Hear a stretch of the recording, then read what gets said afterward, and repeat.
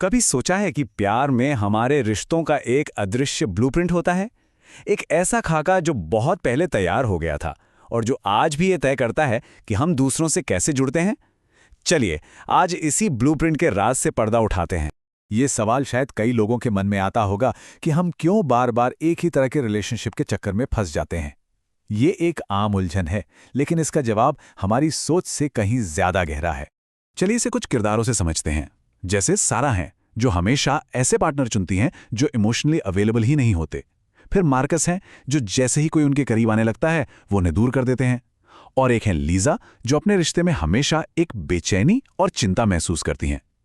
ये सिर्फ अलग अलग लोगों की कहानियां नहीं हैं, ये असल में एक ही गहरे पैटर्न के अलग अलग चेहरे हैं। तो इन सभी पैटर्न्स के पीछे का राज क्या है? जवाब छिपा है हमारी अटैचमेंट स्टाइल में।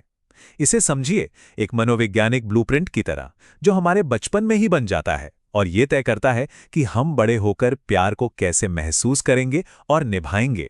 ये सारी बातें अटैचमेंट थ्योरी से निकल कर आती हैं। ये एक बहुत ही पावरफुल आइडिया है। ये थ्योरी हमें बताती है कि बचपन में अपने केयर गिवर्स के साथ हमारा जो इमोशनल बॉन्ड बनता है वो हमारे जिंदा रहने के लिए उतना ही जरूरी है जितना खाना या छत, और यही बॉन्ड हमारे रिलेशनशिप ब्लूप्रिंट की नींव रखता है। तो ये सब शुरू कहाँ से हुआ? इसकी जड़ें 1950 के दशक में जॉन बोल्बी के काम में मिलती हैं, जिन्होंने पहली बार ये बताया कि इमोशनल कनेक्शन हमारी एक बेसिक ज़रूरत है।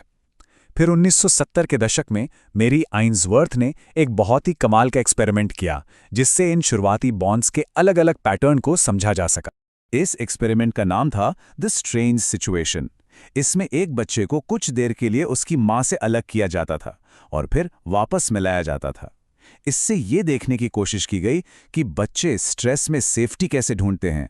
और सबसे दिलचस्प बात क्या थी? असल में माँ के वापस आने पर बच्चे का जो रिएक्शन होता था वही उसकी अटैचमेंट स्टाइल का सबसे बड़ा इशारा था। तो इस रिसर्च से पता चला कि मोटे तौर पर 4 तरह के अटैचमेंट स्टाइल्स होते हैं। समझिए कि ये वो 4 ब्लूप्रिंट हैं जो तय करते हैं कि हम रिश्तों में कैसा बर्ताव करते हैं। चलिए एक एक करके इन्हें देखते हैं और समझते हैं कि ये पैटर्न कैसे काम करते हैं। चलिए, सबसे पहले बात करते हैं सबसे कॉमन स्टाइल की, जो दुनिया के लगभग 60 से 65% लोगों में पाया जाता है। इसे कहते हैं सिक्योर अटैचमेंट, और यही इमोशनल हेल्थ का बेस माना जाता है। तो सिक्योर अटैचमेंट बनता कैसे है? ये तब बनता है जब बच्चे की ज़रूरतों को लगातार समझा जाता है और पूरा किया जाता है, जब केयरगिवर इमोशनली मौजूद होता है। इससे बच्चे के मन में एक गहरा विश्वास बैठ जाता है, मैं प्यार के लायक हूं और दूसरे लोग भरोसे के काबिल हैं। यही वो सेफ बेस है जहां से बच्चा दुनिया को एक्सप्लोर करने की हिम्मत जुटाता है। और जब ऐसे लोग बड़े होते हैं तो नतीजा क्या होता है? एक मजबूत, हेल्दी रिश्ता। सिक्योर लोग इंटीमेसी से नहीं घबराते, पर उन्हें अपनी आज़ादी भी उतनी ही प्यारी होती है। वो आसानी से भरोसा कर पाते हैं, अपनी ज़रूरतें साफ साफ बताते हैं, और जब कोई झगड़ा या मुश्किल आती है तो भागने के बजाय मिलकर उसका हल निकालते हैं। यही वो मजबूत नींव है जिस पर लंबे चलने वाले रिश्ते बनते हैं। अब आते हैं दूसरे स्टाइल पर, एंग्शियस अटैचमेंट। ये तब बनता है जब केयरगिवर का बर्ताव भरोसेमंद नहीं होता, कभी बहुत प्यार करने वाला तो कभी एकदम दूर। इस कंफ्यूजन की वजह से बच्चा ये मानने लगता है कि प्यार अनिश्चित है और उसे पाने के लिए लगातार हाथ पैर मारने पड़ेंगे। याद है लीजा? ये आवाज़ उसके मन की है। एंग्शियस स्टाइल वाले लोगों के मन में हमेशा एक डर बना रहता है, कहीं ये मुझे छोड़ तो नहीं देंगे।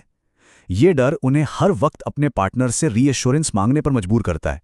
वो अपने पार्टनर के हर एक्शन को ओवर एनालाइज करते हैं, जिससे रिश्ते में एक तनाव बना रहता है। अगला स्टाइल है अवॉइडेंट अटैचमेंट। ये तब होता है जब केयर गिवर इमोशनली बहुत दूर या बच्चे की ज़रूरतों को लगातार नज़रअंदाज करता है। बच्चा धीरे धीरे सीख जाता है कि अपनी फीलिंग्स बताने का कोई फ़ायदा नहीं, या शायद ये खतरनाक भी हो सकता है। तो वो अपनी भावनाओं को दबाना सीख जाते हैं और ये मान लेते हैं कि उन्हें सिर्फ खुद पर ही निर्भर रहना चाहिए। ये मार्कस का मोटो है, मुझे किसी की जरूरत नहीं है। अवॉइडेंट स्टाइल वाले लोग आज़ादी को बहुत ज्यादा अहमियत देते हैं और इमोशनल नज़दीकी से असहज हो जाते हैं।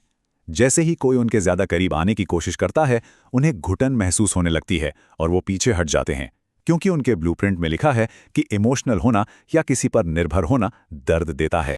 और आखिर में सबसे कॉम्प्लेक्स पैटर्न है फियरफुल अवॉइडेंट।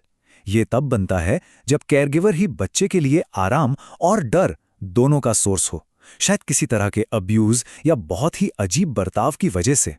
इससे मन में एक गहरा कॉन्फ्लिक्ट पैदा होता है। मुझे प्यार तो चाहिए, लेकिन जिनसे प्यार मिलता है उन्हीं से चोट भी मिलती है। तो जब ये अलग अलग ब्लूप्रिंट असल दुनिया में टकराते हैं तो क्या होता है? एक बहुत ही आम और अक्सर दर्दनाक जोड़ी बनती है, एंग्शियस और अवॉइडेंट पार्टनर के बीच। इसे एक तरह का डांस कह सकते हैं, जहां एक पीछा करता है और दूसरा दूर भागता है। देखिए, इन दोनों के डर एक दूसरे से बिल्कुल उल्टे हैं। एंग्शियस इंसान को सेफ महसूस करने के लिए नज़दीकी चाहिए, जबकि अवॉइडेंट इंसान को सेफ महसूस करने के लिए स्पेस यानी दूरी चाहिए। और यहीं से सारी गड़बड़ शुरू होती है। एक का जो सल्यूशन है वो दूसरे का सबसे बड़ा ट्रिगर बन जाता है। इससे एक दर्दनाक साइकिल शुरू हो जाता है, जो खुद को दोहराता रहता है। एंग्शियस पार्टनर करीब आने की कोशिश करता है, जिससे अवॉइडेंट पार्टनर को घुटन होती है और वो पीछे हट जाता है। इससे एंग्शियस पार्टनर की चिंता और बढ़ जाती है और वो और जोर से पीछा करता है, जिससे अवॉइडेंट पार्टनर और भी दूर चला जाता है। और अंत में ये साइकिल दोनों के ही सबसे बड़े डर को सच साबित कर देता है। ये सब सुनकर शायद थोड़ी निराशा हो सकती है, पर एक अच्छी खबर भी है। ये जो ब्लूप्रिंट है, ये पत्थर की लकीर नहीं है, इसे बदला जा सकता है। तो चलिए अब प्रॉब्लम से सॉल्यूशन की तरफ बढ़ते हैं और देखते हैं कि इन पैटर्न्स को कैसे बदला जा सकता है। इस प्रोसेस को अर्न्ड सिक्योर अटैचमेंट कहते हैं। इसका मतलब यह है कि अगर किसी का बचपन मुश्किल भी रहा हो, तब भी वो बड़े होकर मेहनत, सेल्फ अवेयरनेस और हेल्दी रिश्तों के जरिए एक सिक्योर अटैचमेंट स्टाइल बना सकता है। ये पूरी तरह से मुमकिन है। हीलिंग का रास्ता दोनों के लिए थोड़ा अलग है। एंग्शियस स्टाइल वाले इंसान को खुद को शांत करना और अपनी एक अलग पहचान बनाना सीखना होता है। वहीं अवॉइडेंट स्टाइल वाले इंसान को अपनी फीलिंग्स को पहचानने और धीरे धीरे उन्हें जाहिर करने की प्रैक्टिस करनी होती है। पर दोनों के लिए सबसे जरूरी है अपनी ज़रूरतों को सीधे सीधे बिना इल्ज़ाम लगाए बताना।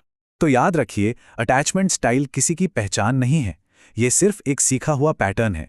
ये हमारी कहानी का पहला ड्राफ्ट था, जिसे एक बच्चे ने लिखा था जो बस सेफ महसूस करना चाहता था। पर अब एक अडल्ट के तौर पर कलम हमारे हाथ में है। तो सवाल ये है, क्या हम अपनी कहानी की फाइनल कॉपी लिखने के लिए तैयार हैं?